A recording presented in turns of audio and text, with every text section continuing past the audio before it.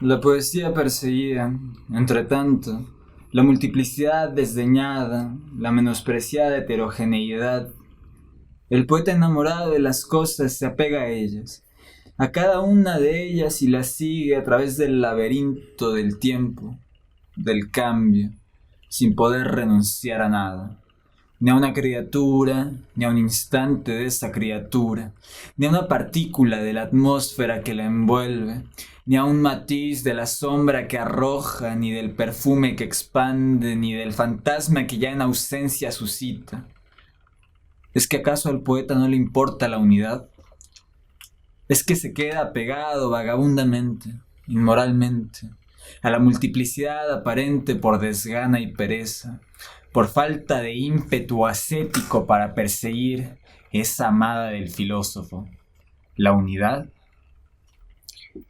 Intelectual, filósofa y ensayista española, de las más importantes del siglo XX, discípula de Ortega y Gasset. Su extensa obra, que oscila entre el compromiso cívico y el pensamiento poético, alcanza una originalidad inédita en la filosofía española de la segunda mitad del siglo XX, de la cual no fue muy reconocida hasta tiempo después. Todas sus preocupaciones intelectuales confluyen en la razón poética.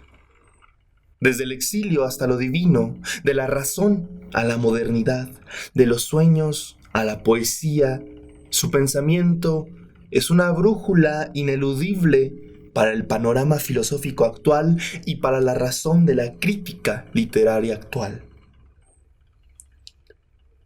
Recibió los dos máximos galardones literarios concebidos en España, el Premio Príncipe de Asturias en 1981 y el Premio Cervantes en 1988, siendo la primera mujer en recibirlo. Estamos hablando de María Zambrano Alarcón, más conocida como María Zambrano. Y estamos una vez más aquí en Radio Tepoztlán, en el programa de Ecos para el Diluvio Cotidiano en la 92.3 FM o en radiotepoztlán.org. Y hoy, este miércoles, que nos escucharán ya sea el 25 de diciembre, en plena Navidad, finales de Navidad, o el 1 de enero de 2025, pues vamos despidiendo y dándole la bienvenida a estos dos diversos años. Y aquí conmigo, para hablar de esta poeta, de esta filósofa, perdón, más que nada, me acompaña Mateo Morales Barcé, como cada miércoles. ¿Cómo estás, Mateo? Muy bien, muy bien. Ilusionado de poder hablar de María Zambrano, de la correlación, de la enemistad, de la filosofía y la poesía. Y pues todas las conclusiones que van saliendo a la hora de ir discutiendo esta obra que va a ser en la cual nos centraremos, filosofía y poesía. Sí, bien lo mencionas. María Zambrano tiene una vasta carrera literaria, una extensa obra, en donde la mayoría es ensayo, meramente filosófico. Y hoy nos basaremos, vamos a estar hablando más que nada de filosofía y poesía. Seguramente leeremos muchísimos fragmentos. Mateo ya nos deleitó con uno de ellos, donde empieza a dibujarse este, no necesariamente combate entre el filósofo y el poeta, pero que María Zambrano sí lo deja bastante en claro, ¿no? Hablaba aquí María Zambrano en este fragmento con el que nos deleitaste, del poeta enamorado de las cosas, de las presencias, de las impresiones que las cosas nos dan y mismas que el filósofo rechaza, ¿no? Desde tiempos platónicos agarra María Zambrano. Como Platón conoce las cosas, las reconoce y decide decir esto no es verdad, ¿no? Esto es un mero producto de una idea superior que existe en otro plano, el mundo de las ideas, creando así un sistema de conocimiento. Más tarde lo iremos hablando. María Zambrano incluso habla sobre esto, ¿no? Cómo el filósofo se entusiasma en crear diagramas complejos, sistemáticos sobre la realidad. De hecho, yo diría que todos los filósofos, los más reconocidos, lo hacen, hasta Hegel. A partir de Hegel ya la filosofía se centra más en ideas y áreas de estudio en específico, pero Hegel todavía crea sistemas de pensamientos intentando abarcar toda la realidad. Y en cambio, en contraste, el poeta no, ¿no? El poeta conoce las cosas y se queda en las cosas, ¿no? Así es, lo menciona como como aquel enamorado de la apariencia. Y sobre todo, María Zambrano, ya lo iremos tocando más adelante, hace bastante hincapié en la caverna de Platón, en hablar del filósofo, que es aquel que emana, que sale, que rompe las apariencias, que va más allá, que justo en paralelo con la idea platónica del mundo de las ideas, supera la caverna de cierta manera, mientras que el poeta incluso se queda avasallado por las sombras que ve. E incluso comienza a inventar sombras y las comparte y no puede quedarse con el secreto de las sombras, sino que las quiere cantar para todos. Precisamente, creo que es la primera diferenciación que hace, ¿no? El poeta como un enamorado y el filósofo como alguien violento, ¿no? Ante el mismo objeto, el objeto de la realidad o lo que se concibe como real, que también ahonda más adelante. Les doy un fragmento de la misma página que leyó Mateo para la introducción, ahondando en este tema, que ya que habló del poeta, y esto lo hace constantemente este juego, habla del filósofo y pregunta: ¿quién tiene, pues, la unidad? ¿Cómo no explicarse la urgencia del filósofo? La violencia terrible que le hace romper las cadenas que le amarran a la tierra y a sus compañeros. ¿Qué ruptura no estaría justificada por esta esperanza de poseerlo todo? Si Platón nos resulta tan seductor en el mito de la caverna, es ni más ni menos porque en él nos descubre la esperanza de la filosofía, la esperanza que es la filosofía última, total. La esperanza de la filosofía mostrándonos que la tiene, pues religión, poesía y hasta forma especial de la poesía, que es la tragedia, son formas de la esperanza, mientras la filosofía queda desesperanzada, desolada, más bien. Y muy bien, ahora que hemos circunscrito un poco los temas sobre los cuales va a girar la conversación del día de hoy, pues nace la pregunta de ver quién es María Zambrano.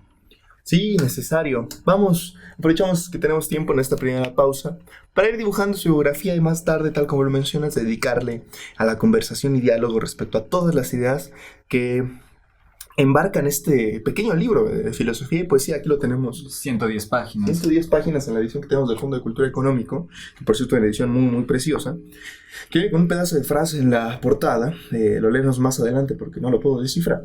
Pero sí, con estas breves páginas es una descarga de ideas. Vamos a dibujar antes su biografía. Bien, María Zambrano Alarcón nace un 22 de abril de 1904 en Vélez, Málaga, al hecho de una familia de docentes, de educadores. Entonces ya nos podemos ir imaginando el tipo de formación y acercamiento que tuvo desde muy temprana edad a labores más bien intelectuales, ¿no? Sí, intelectuales y artísticos. Desde pequeña edad se dice que María sufre avisos de lo que a lo largo de su vida será una constante, lo que es su delicada salud. Incluso se rumora que en sus primeros años de infancia se había llegado a dar la noticia, tras un colapso de algunas horas, que María Zambrano había fallecido, pero no fue el caso. Después de unos años, para ser más precisos, en 1908, se traslada con su familia a Madrid y al año siguiente a Segovia, donde pasará la mayor parte de su infancia y adolescencia. Remarcar que de hecho este traslado se debió a que su padre logró alcanzar la cátedra de gramática castellana en la Escuela Normal de Maestros de Segovia. Es cierto, y ahí mismo comienza sus estudios de filosofía como alumna libre en la Universidad Central de Madrid, de la cual se va a graduar un tiempo después, en 1927. Más tarde comenzará a colaborar con periódicos como la Revista de Occidente y Cruz, y el periódico Raya también. Además, sus colaboraciones con la Revista Occidente son muy importantes, dado que es por lo que se conocía principalmente en América, en sus participaciones previas, y es la colaboración que le permite verdaderamente sentarse como académica, como intelectual, a escribir filosofía y poesía en México. Es cierto, también participó en colaboración con la revista Taller, que dirigía el escritor, el poeta Octavio Paz. Me parece que ahí también se publica el primer capítulo, Poesía y Pensamiento, del cual hablaremos más adelante, muchísimo más a profundidad. Hablando un poco de su vida personal, se casa con el escritor y filósofo Alfonso Rodríguez Aldave. Posteriormente, estalla la Guerra Civil Española en el 36 y como acto siguiente, inmediato, se ve obligada a buscar asilo y dado que sus inclinaciones, de la pareja en general, republicanas, antifascistas, entonces busca las Américas, inicialmente Cuba me parece, ¿no? Sí, aunque tengo entendido que se exila primeramente en Francia y antes de llegar a Cuba, que eso es en el 42, también pasa por México. Y que lo hablábamos un poco fuera del programa, que María Zambrano pasó una vida enteramente de exilios. Tenemos aquí una larga lista de residencias en las que estuvo después de la Guerra Civil Española. Tuvo que estar de exiliada en muchísimos lugares. Sí, entre ellos México, posteriormente La Habana, Puerto Rico, en general pasó tiempo por el Caribe y posteriormente ya en Europa, en Francia y Suiza, donde espera que termine la dictadura de Franco. Totalmente, aquí se podría hacer un cierto análisis herméutico donde podríamos buscar también las bases y razones de algunos de sus textos a través de los lugares en los que vivió. Antes de mencionar eso, como dato importante, pues también lo mencionamos al inicio, fue maestra y en estos exilios que tuvo, pues aprovechó para ser maestra de algunas universidades. Por ejemplo, cuando estuvo en México en 1937, dio clases en la Universidad de Morelia y en Cuba trabajó también en universidades durante varios años.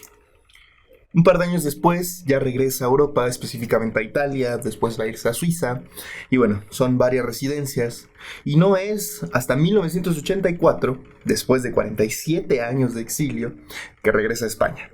Ahí mismo, un par de años antes, ya la habían nominado para el Premio Príncipe de Asturias, y unos años después le darían el Premio Cervantes de Literatura, que mencionamos al inicio, como la primera mujer en recibir este premio.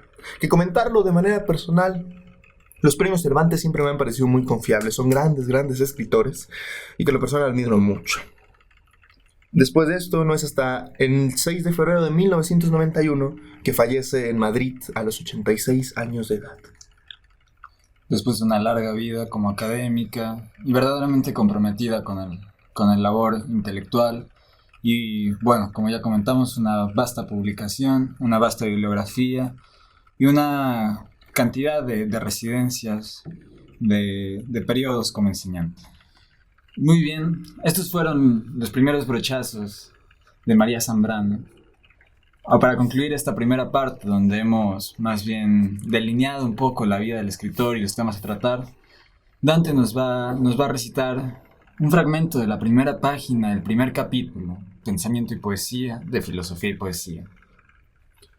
Hoy, poesía y pensamiento se nos aparecen como dos formas insuficientes y se nos antojan dos mitades del hombre, el filósofo y el poeta.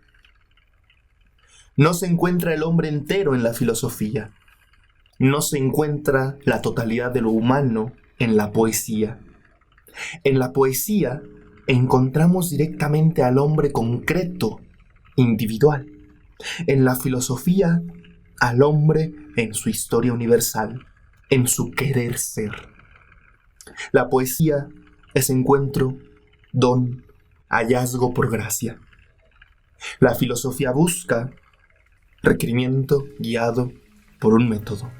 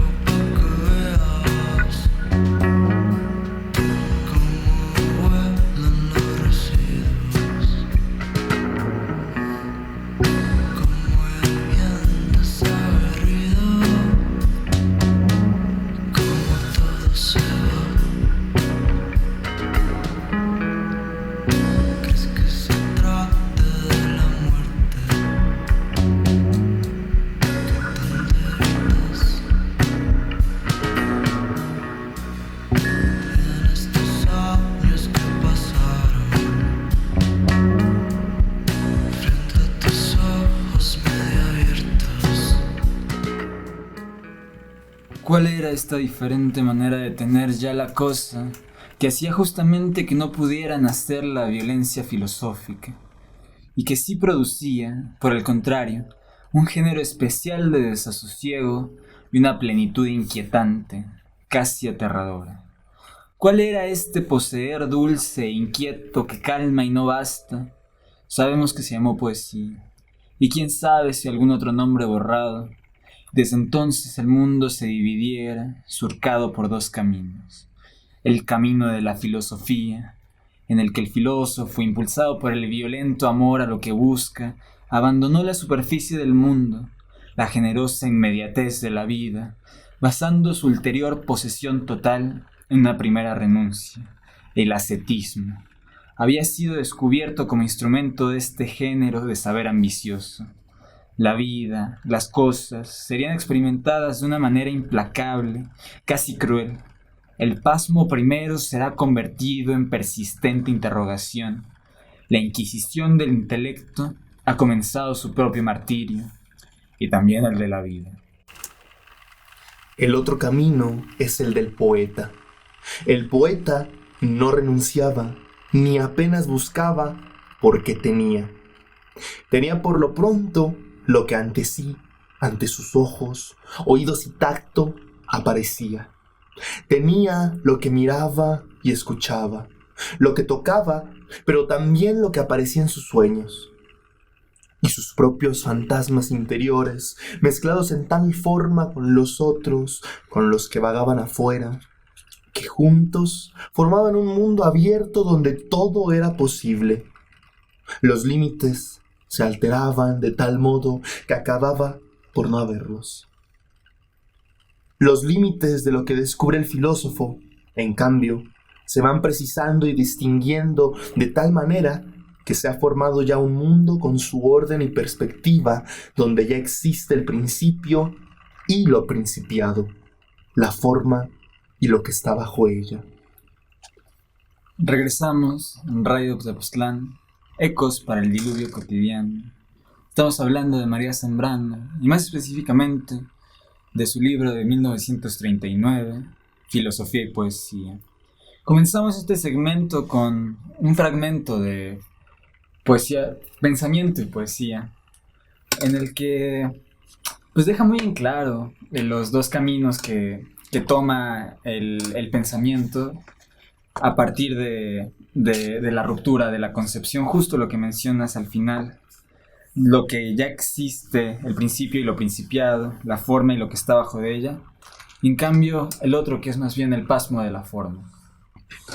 Precisamente, María Zambrano en este libro Filosofía y Poesía hace constantemente esta distinción, lo mencionábamos al inicio, casi enemistad entre el filósofo y el poeta, pero que se convierte en un juego de contrastes, ¿no? Constantemente está diciendo, el filósofo es esto, el poeta es esto.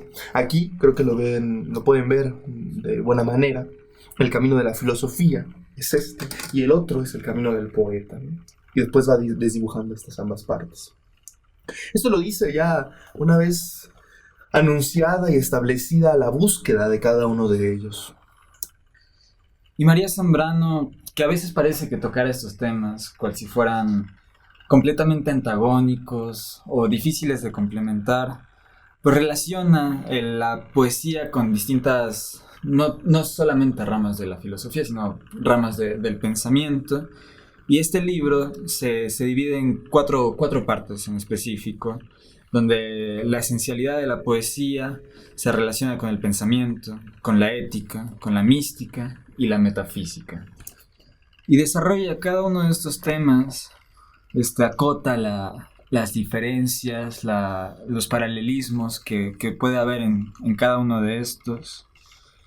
Y plantea, más que nada, finalmente, hablando meramente de la poesía, una especie de sueño, una imagen casi onírica en la que la filosofía la poesía pueda recoger todo el saber, todo el saber analítico, exacto, que es producto de la violencia ascética, de la metodología filosófica. Y quién sabe, está ahora para cada uno de nosotros interpretar si primero ese sueño es posible, la conjugación sintética de la filosofía y la poesía, o si es nada más que un sueño. Verdadero también va haciendo bastantes distinciones, bien lo mencionas. Y algo que me gustaría ir resaltando de una vez, irle advirtiendo al lector, es que este libro tiene la cualidad, o bueno, mínimo yo considero una cualidad, que puedes abrirlo en cualquier página y encontrarte ante frases que te van a desafiar. Les leo una, por ejemplo, que venía preparado también con lo que Mateo acaba de mencionar, pero que bien pude haber escogido al azar. Dice aquí, en uno de los capítulos, me parece que es el segundo, Poesía y Ética, dice: el poeta no toma jamás una decisión. Es cierto. El poeta soporta únicamente este vivir errabundo y como sin asideros. Soporta el vivir instante a instante, pendiente de otro a quien ni siquiera conoce. Entrevé algo en la niebla, y a esto que entrevé es fiel hasta la muerte, fiel de por vida. Y no le exige, como el filósofo, ver su cara para entregarse a él. No lucha al modo de Jacob con el ángel, acepta y aún anhela ser vencido. Y de esta forma, pues, estos versos, por ejemplo, nos dejan entrever una de las diferenciaciones fundamentales, que son aquella de la unidad. Y aquí se deja ver muy claramente que la poesía adquiere una unidad, porque un poema es de cierta manera una unidad.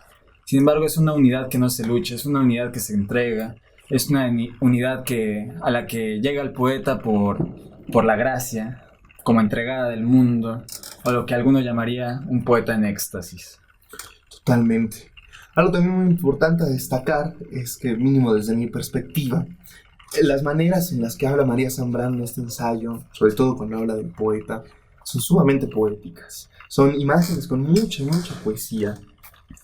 Y juega muy bien con esto. En un momento también, desde donde empieza a ensayar esta imagen que Mateo habla del poeta en éxtasis, de la cual ahorita me gustaría ahondar un poco más. Dice también que el poeta olvida lo que el filósofo recuerda, y es la memoria misma de lo que el filósofo olvida.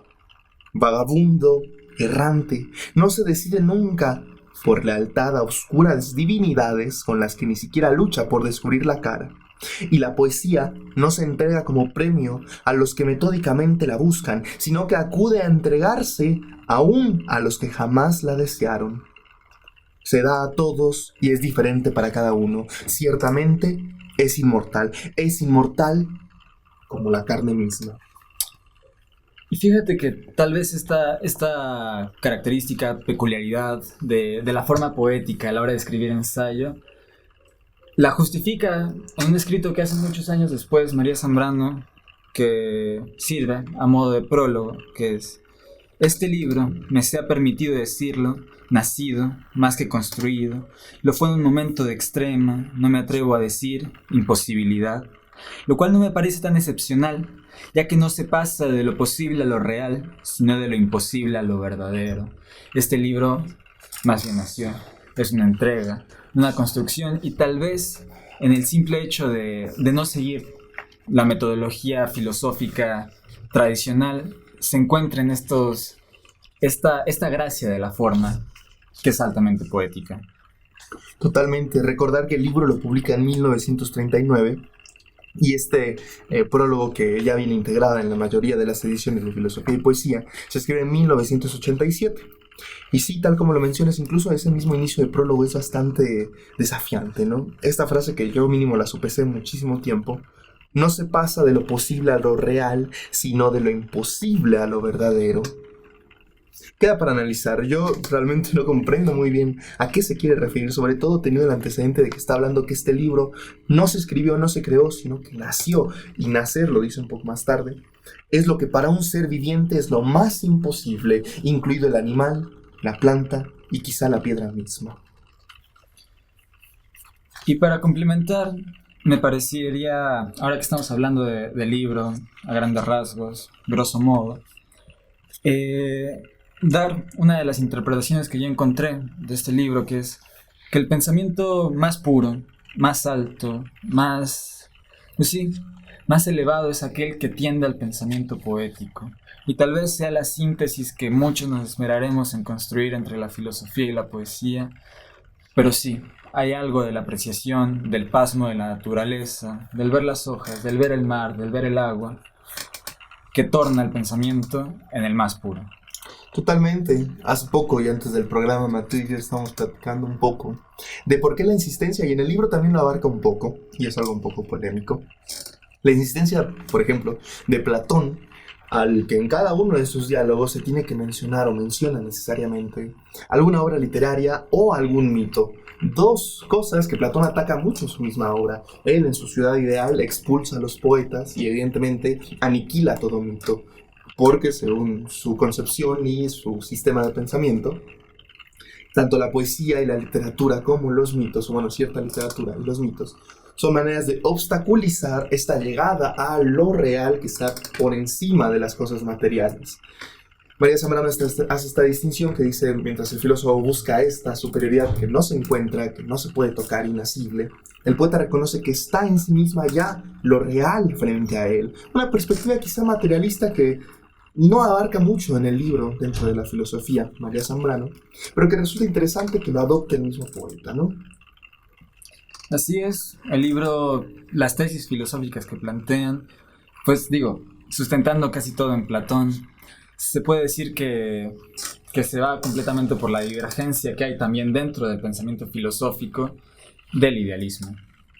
Totalmente, ¿no? Este fragmento que les leí hace un momento de Poesía y Ética, que concluía diciendo que el poeta es inmoral como la carne misma. Es porque unas páginas atrás argumentaba que para el filósofo la carne, ya lo hablábamos, las presencias y las impresiones son cosas imperfectas, y en cambio para el poeta son las cosas perfectas y únicas que están, las cosas que decide exaltar.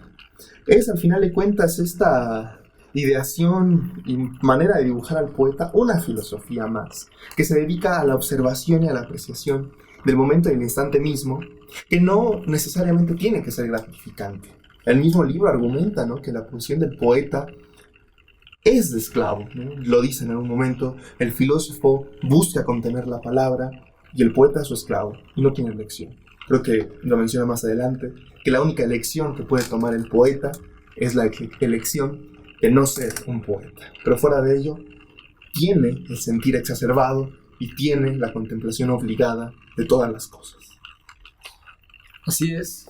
Si te parece, para ir concluyendo este fragmento, me gustaría leer también un fragmento, valga la redundancia, hablando un poco del mismo tema, y seguiremos más bien sustentando las ideas que hemos planteado aquí, que claramente emergen del libro, sustentándolas a través de la polémica. Y cito: por eso el poeta no parece un hombre, o si él es un hombre, entonces es el filósofo el que parece inhumano. El filósofo define la vida humana por su manquedad, por su insuficiencia, y de ella parte para encontrar por sí mismo el camino que le lleve a completarse. La filosofía es incompatible con el hecho de recibir nada por donación, por gracia. Es el hombre el que, saliendo de su extrañeza admirativa, de la angustia o del naufragio, encuentra por sí el ser y su ser. En suma, se salva a sí mismo con su decisión.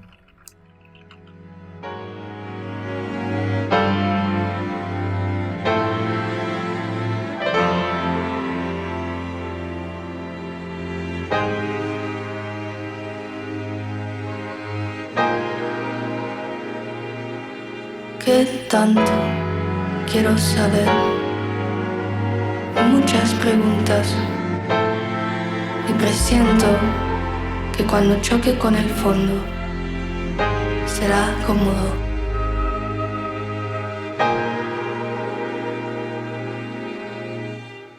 Presión que encoge, presión que abruma.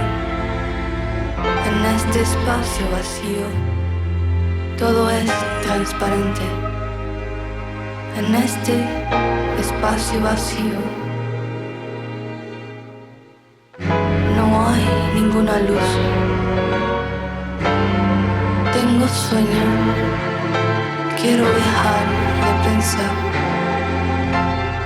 darle ritmo a algo, o trata de caminar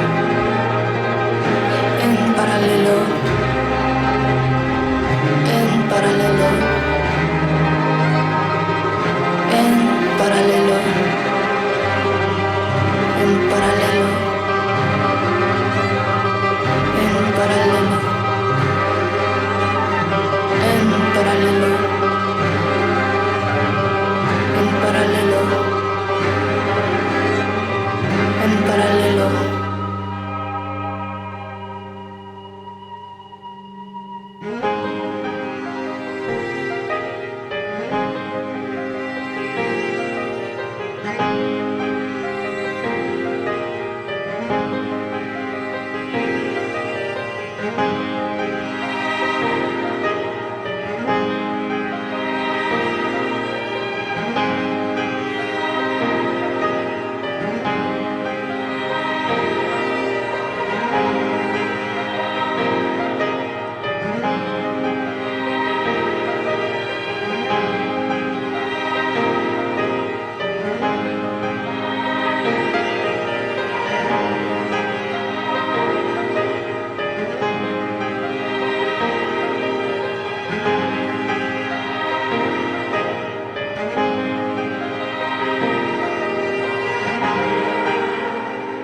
Poesía y filosofía desbordan cada una de sí.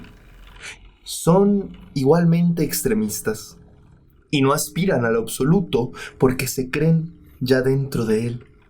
Ambas se sienten sí mismas con una trascendental revelación. Todo en ellas se escribe con mayúscula. En ese momento de la embriaguez en que parecen fundirse todas las barreras. La conciencia se ha esfumado, pero sin duda algo divino tocan. Tocan lo divino que excede en ambos a la fuerza de un ser humano, y agobiadas por su peso caen.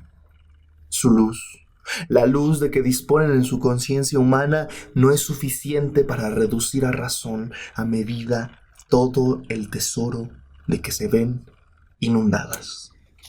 Y así, poetas y pensadores del romanticismo pasan ante nosotros agobiados por una obra gigantesca, vasta en dimensiones.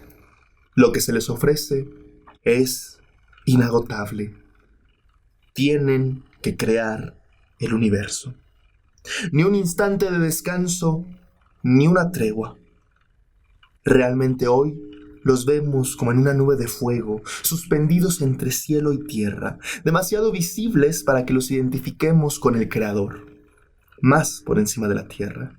No son el Creador, pero su figura sí se encuentra en esta atmósfera enrarecida, donde por no haber cuerpos ya, no hay límites, y es posible creerse que se está en varios sitios indistintivamente, en varios sitios a la vez. Y seguimos aquí en Radio Tepoztlán. Estás escuchando Ecos para el Diluvio Cotidiano. Continuamos la plática sobre María Zambrano y más específicamente filosofía y poesía. Ahora que estás hablando de este tema de la embriaguez, la poesía, pues el hecho, el acto del poeta, el acto fundamental que es el delirio, ¿no? Totalmente. Creo que ya lo hemos comentado. Zambrano revela pequeñas características que los poetas ya habían anunciado. Aquí en esta página yo subrayé varias cosas. Primeramente, para mencionarlo más rápido, esta parte al final que dice: tienen que crear el universo. No son dioses, pero figuran una imagen similar. Esto ya lo decía Widobro en Arte Poética. El poeta es un pequeño dios. Cuida tu palabra e inventa mundos nuevos. El adjetivo, cuando no da vida, mata. Esta otra parte en donde habla de la embriaguez, que ya más o menos lo explorábamos el lapso pasado, donde hablábamos de esta consigna un poco que otros poetas como Bolaño ya conversaban respecto a cómo el ejercicio de lo poético, esto lo dice Bolaño en La belleza de pensar. Se les cuento un poco la anécdota. Le pregunta el entrevistador Wagner a Roberto Bolaño: ¿qué es la poesía? Y Bolaño menciona que no sabe qué es la poesía, pero que si tuviera que decirlo, sabría decir quiénes se han acercado al ejercicio de lo poético. Entre ellos está Rimbaud y Lautréamont, los poetas adolescentes. Porque, así lo decía Bolaño, la poesía es un gesto adolescente.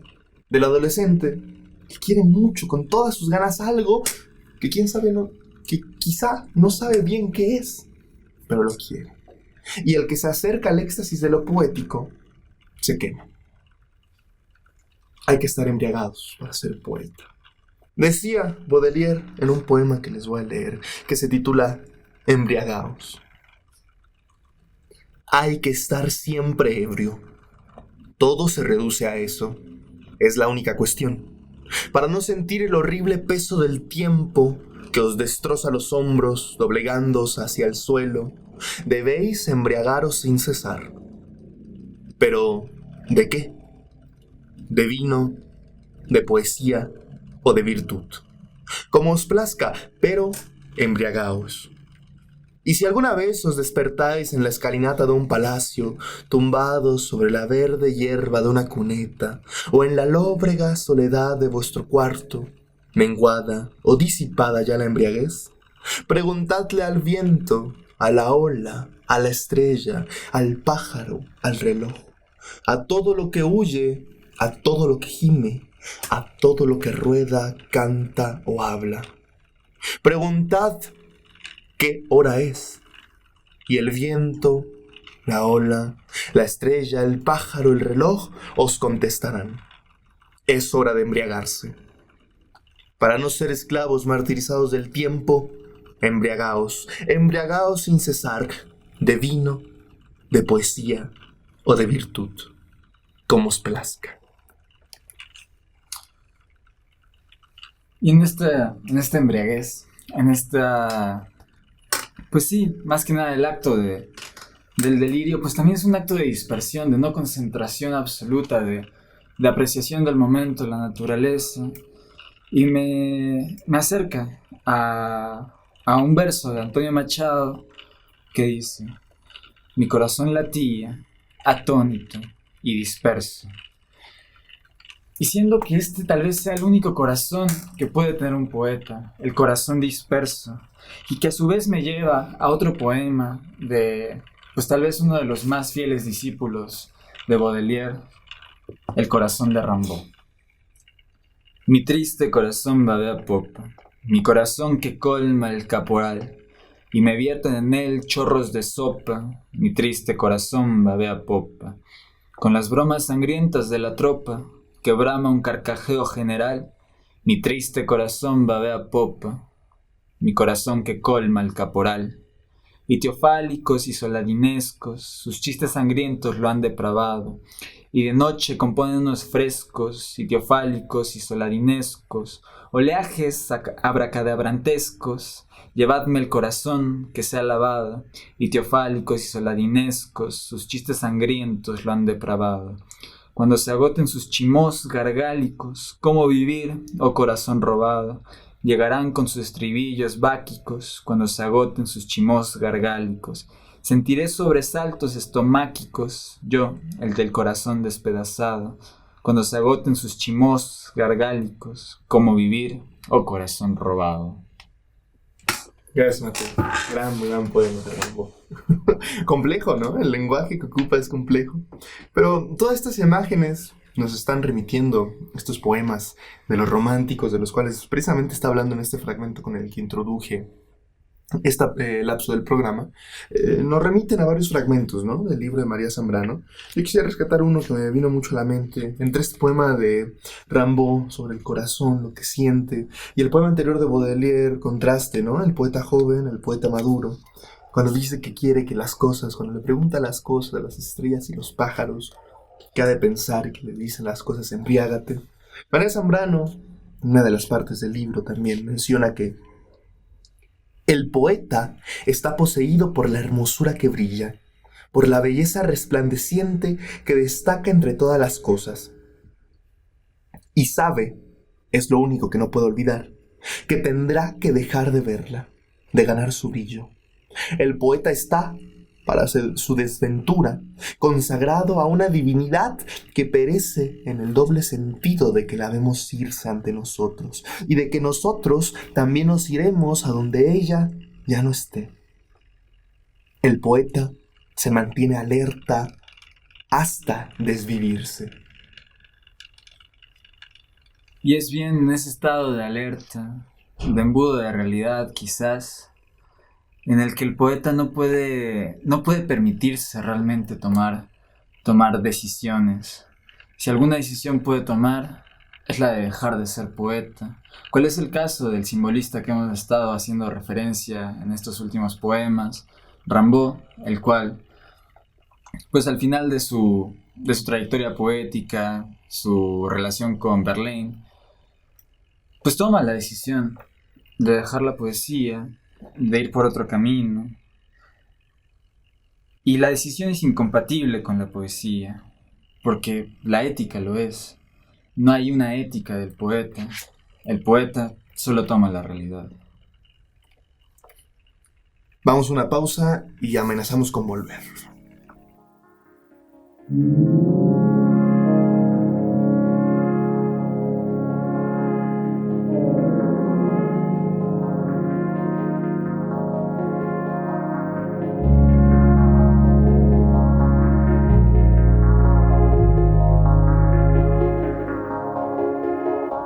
Espacios habitables, palmeras en el baño de una discoteca, lugares habitables parecidos a postales de verano, a bolas de cristal con playas y sombrillas. Hay estructuras mínimas que habitan mi lenguaje. Adoro, por ejemplo, la palabra musgo. Su carga de humedad es casi íntima. Podría nombrarte espacios habitables, como una tina tibia con los ojos cerrados, asomando los pies fuera del agua, uno al lado del otro, sin tenernos que hablar.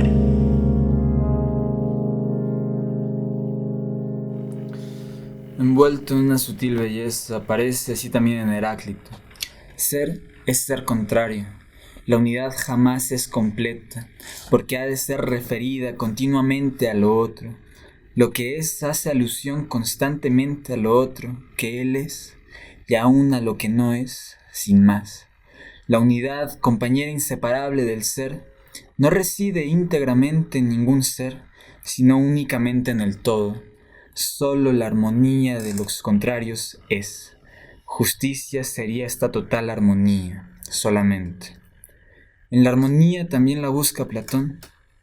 Nada es justo, sino en su referencia al todo, pero este todo no representa la integración de los contrarios, ni mucho menos la del ser y el no ser. Es un todo en torno de lo que es. Justicia, aun siendo armonía, es vindicativa, punitiva. Recoge en su concierto la disparidad en torno de la unidad, afirma y niega, escinde, y algo de lo que niega es la poesía. Porque representa la mentira. Todo representar es ya mentira. No hay más verdad que la que refleja el ser. Lo demás es casi crimen. La creación humana es puramente reflejante. Limpio espejo el hombre, en su razón del ordenado mundo, reflejo a su vez de las altas ideas. Y vamos concluyendo el programa del día de hoy de Ecos para el Diluvio Cotidiano, con el que despedimos y damos bienvenida al siguiente año, ya este año que pasó. Bien, como ya saben, como se pudieron dar cuenta, en este programa decidimos adoptar una dinámica un poco diferente. Fuimos ahondando de la obra de la que normalmente hablamos hasta el final, desde el inicio, ¿no? Y de una manera totalmente necesaria. María Zambrano, Filosofía y Poesía, es un título imprescindible para aquellos lectores de la poesía como de la filosofía, y con una pluralidad de temas tan vasta que nos resultó imposible abarcar solamente en este programa. Aún así, ahondamos en diferentes reflexiones y pues vamos a concluir aún con estas. Este fragmento que acaba de pasar Mateo sobre quizá la falsedad de algunos sentires en la poesía me remitió mucho a un texto bastante conocido de Fernando Pessoa, titulado El poeta es un fingidor. Se los leo. El poeta es un fingidor. Finge tan completamente que hasta finge que es dolor, el dolor que de veras siente. Y quienes leen lo que escribe, sienten en el dolor leído, no los dos que el poeta vive, sino aquel que no han tenido. Y así va por su camino, distrayendo a la razón, ese tren sin real destino que se llama corazón. Y así es, de alguna manera el poeta tampoco es un intérprete fiel de la realidad. El poeta finge muchas cosas. De hecho, en este caso, en este poema, incluso el poeta pecaría de alguna manera de ser un poeta puro. Porque, miren, también se plantea en el libro que no hay cosa tal como un rigor poético. El rigor, la metodología, pues más bien exclusiva, bueno, de la filosofía y en general de las disciplinas propiamente disciplinarias, como las ciencias. No hay un rigor poético, pero sí hay licencias poéticas. Hay una capacidad lúdica de juego con la estética. Y el propio Fernando Pessoa tenía el sensacionismo, que como figura estética en la que pues tal vez no interpretaba meramente su realidad, sino que la intentaba volver universal, intentaba inducir sensaciones de cierta manera. Y en tanto que, pues sí, inclusive fundamentalmente se plantea que la poesía no puede ser una traducción de la realidad, ni definitivamente, aunque en ocasiones busque serlo, no lo logra en tanto que está compuesto de referentes textuales, de referentes que son las palabras, que la palabra, el significado, el significante, se transmutan en ícono, en símbolo, en algo que nunca va a comunicar lo que la imagen universal, lo que busca, ¿no? ¿Qué es la cosa en sí?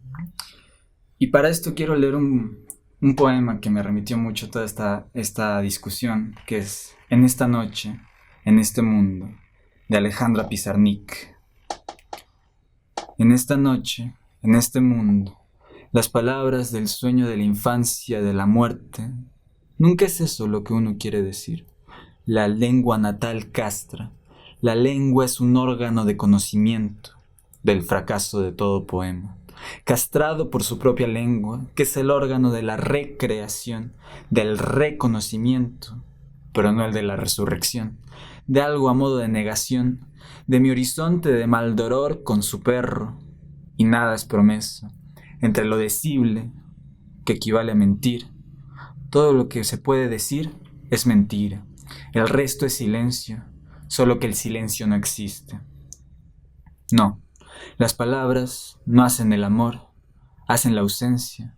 Si digo agua, beberé, si digo pan, comeré. En esta noche, en este mundo, extraordinario silencio el de esta noche. Lo que pasa con el alma es que no se ve, lo que pasa con la mente es que no se ve, lo que pasa con el espíritu es que no se ve. ¿De dónde viene esta conspiración de invisibilidades? Ninguna palabra es visible. Sombras, recintos viscosos donde se oculta la piedra de la locura. Corredores negros, los he recorrido todos.